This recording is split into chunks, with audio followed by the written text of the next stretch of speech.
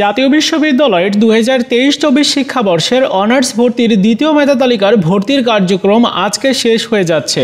তোমরা যারা কোটাতে অ্যাপ্লাই করেছিলে, তোমাদের কোটা মেধা তালিকার রেজাল্ট কবে প্রকাশ করবে, চান্স পাওয়ার সম্ভাবনা কেমন রয়েছে, এই ভিডিওতে তোমাদের সাথে আলোচনা করব। সো সম্পূর্ণ ভিডিওটি দেখা তোমাদের প্রত্যেকের জন্য গুরুত্বপূর্ণ। চলো শুরু করা যাক। এখন ভিডিও শুরুতেই তোমাদের সাথে শেয়ার করব কোটা মেধা তালিকার রেজাল্ট কবে নাগাদ প্রকাশ করবে।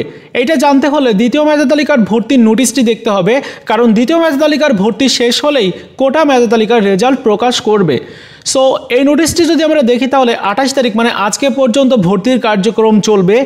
এরপরে আরও 2টা কার্যক্রম বাকি থাকে, এগুলো কমপ্লিট হবে 30 এপ্রিলের মধ্যে। এরপরেই মূলত তোমাদের কোটা মেধা তালিকার রেজাল্টটি প্রকাশ করবে।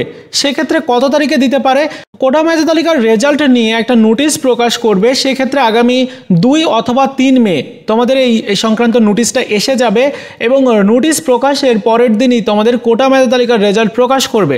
সেক্ষেত্রে যদি 2 তারিখে রেজাল্ট সংক্রান্ত নোটিশটি দেয় তাহলে 3 মে হচ্ছে তোমাদের কোটা মেধা তালিকার রেজাল্ট দিবে। আর যদি 3 তারিখে এই নোটিশটি প্রকাশ করে সেক্ষেত্রে দেখা যাবে যে আগামী 4 অথবা 5 মে তোমাদের রেজাল্টটা প্রকাশ হয়ে যাবে। মোটামুটি 5 মের মধ্যেই তোমরা কোটা মেধা তালিকার রেজাল্টটি পেয়ে যাবে। ওকে, সো এই হচ্ছে বিষয়। এখন তোমরা প্রশ্ন করতে পারো যে ভাইয়া কোটা মেধা তালিকাতে চান্স পাওয়ার সম্ভাবনা কেমন রয়েছে, কাদের সুযোগ বেশি দেওয়া হয়।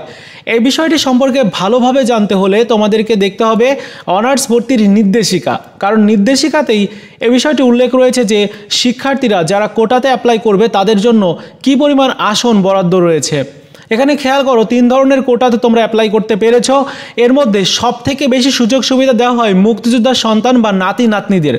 এদের জন্য সবথেকে বেশি আসন তোমার প্রতিটি কলেজে ফাঁকা থাকে। যেমন কোটা মুক্তিযোদ্ধার সন্তান বা নাতি নাতনি তাদের জন্য সর্বোচ্চ 15টি আসন থাকবে একটা কলেজে। ক্ষুদ্র নৃগোষ্ঠী যারা রয়েছে তাদের জন্য হচ্ছে টোটাল 7টা আসন ফাঁকা থাকবে। আর হচ্ছে বিশেষ চাহিদা সম্পন্ন শিশু তাদের জন্য থাকবে হচ্ছে 3টি আসন।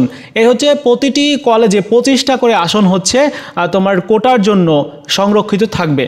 আশা করি এতটুকু ক্লিয়ার। সো তোমার যে কলেজে তুমি অ্যাপ্লাই করেছো ওই কলেজে যদি 25 জন শিক্ষার্থী এই কোটাতে অ্যাপ্লাই করে থাকে তাহলে সেই 25 জনেরই চান্স পাওয়ার সম্ভাবনা রয়েছে। এর থেকে যদি কম অ্যাপ্লাই করে থাকে তাহলে তাদের কিন্তু সম্ভাবনাটা আরও বেশি। আর যদি বেশি অ্যাপ্লাই করে থাকে তখন কিন্তু তোমার জিপিএ এগুলো দেখে তারপর তোমাকে সিলেক্ট করবে।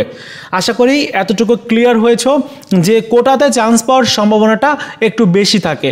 এছাড়াও আরেকটি কোটার বিষয় বলি তোমাদেরকে, পোষ্য কোটা রয়েছে। এই পোষ্য কোটা হচ্ছে যারা জাতীয় বিশ্ববিদ্যালয়ের শিক্ষক, কর্মচারী, কর্মকর্তা, তাদের সন্তান বা সন্তানাদি এই পোষ্য কোটায় অন্তর্ভুক্ত। একটি কলেজে সর্বোচ্চ 3 জন আবেদনকারীর মেধার ভিত্তিতে পোষ্য কোটায় ভর্তি হতে পারবে। মানে 3টা আসন তোমার এই পোষ্য কোটার জন্য অন্তর্ভুক্ত থাকবে। তো তোমরা যারা কোটাতে অ্যাপ্লাই করেছো তোমরা টেনশন করো না, চান্স হয়ে যাবে। ওকে, আর প্রশ্ন হতে পারে যে ভাইয়া কোটার রেজাল্ট কিভাবে দেখতে হয়। কোটার রেজাল্ট দেখার জন্য কিন্তু 2টা পদ্ধতি, একটা হচ্ছে ওয়েবসাইটের মাধ্যমে এবং অপরটি হচ্ছে SMS এর মাধ্যমে। তো ওয়েবসাইটের মাধ্যমে দেখা হচ্ছে সবথেকে বেশি সহজ, যেহেতু কোটার রেজাল্ট দিবে তাই ম্যাক্সিমাম শিক্ষার্থী হচ্ছে সাধারণ শিক্ষার্থী, কোটা শিক্ষার্থী খুবই কম। সো তোমাদের ওয়েবসাইটটা ফ্রি থাকবে, তোমরা সহজেই দেখে নিতে পারবে। যেদিন রেজাল্ট দিবে কিভাবে দেখতে হয় অবশ্যই আমি তোমাদেরকে দেখিয়ে দিব। তো এই ছিল আজকের মতো ভিডিও, দেখা হচ্ছে নতুন ভিডিওতে। ততক্ষণ ভালো থাকো সবাই, ধন্যবাদ।